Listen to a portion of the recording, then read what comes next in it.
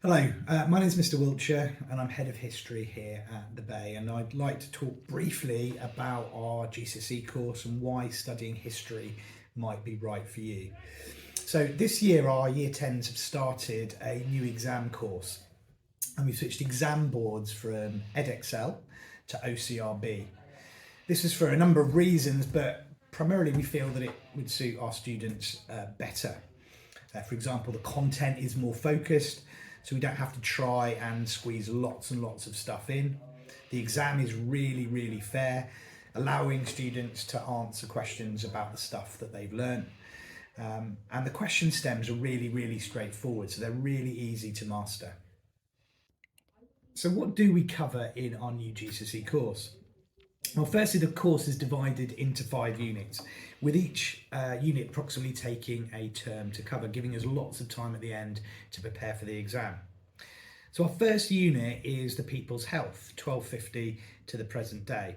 It's a thematic study, allowing us to understand the changes and continuities in public health from the Middle Ages right through to the present. The study reveals the wide changes in aspects of society over the centuries, so the differences between how people lived in the Middle Ages right the way through to today, allowing us to understand the most significant characteristics of the different ages and be able to make comparisons between different historical periods. The second unit is a depth study on the Norman Conquest. It allows us to understand the complexity of the Norman Conquest and the interplay of political, military, religious and economic, social and cultural forces that were shaping England in that really crucial period in the 1060s.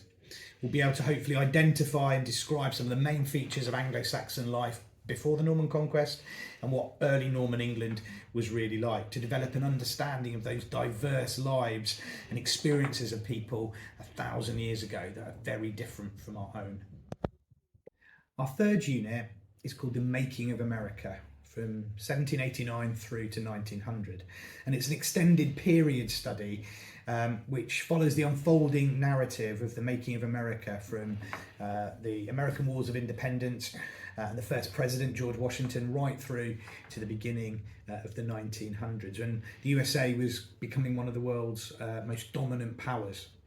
Learners like you will understand how and why America expanded and grew during this period, and relationship between the expansion and the cultural experiences of America during this really important century. Our fourth unit is living in Nazi Germany between 1933 and 1945. So this is a world depth study, so that's why it's a little shorter than some of the other units that we study. And it enables us to understand the impact of the Nazi dictatorship on people's lives, both within Germany and also outside of Germany across occupied Europe. It explores the interplay of political, economic, social and cultural forces at work in these societies across a really important part of European history. Our fifth unit, it's sandwiched actually in between the units I mentioned earlier, is called History Around Us. And this is something new for the OCRB course. It basically is involving a depth study of a local historical site. And whilst it's still a little bit up in the air, the candidates that we're looking at exploring in more detail are the historic dockyard, for example, in Portsmouth. You get the opportunity to visit the site and really understand over an extended period of time how the site has developed, by looking at source material, looking at records, looking at the visual site itself, to really gain a depth and understanding of the history around us. So once you know what's in the GCSE course and how it's assessed, I suppose the next question is, why study history? Well, firstly, studying history can be really interesting. Learning about people, places and events in the past which shape the world around us, whether that's locally, whether that's nationally, whether that's internationally.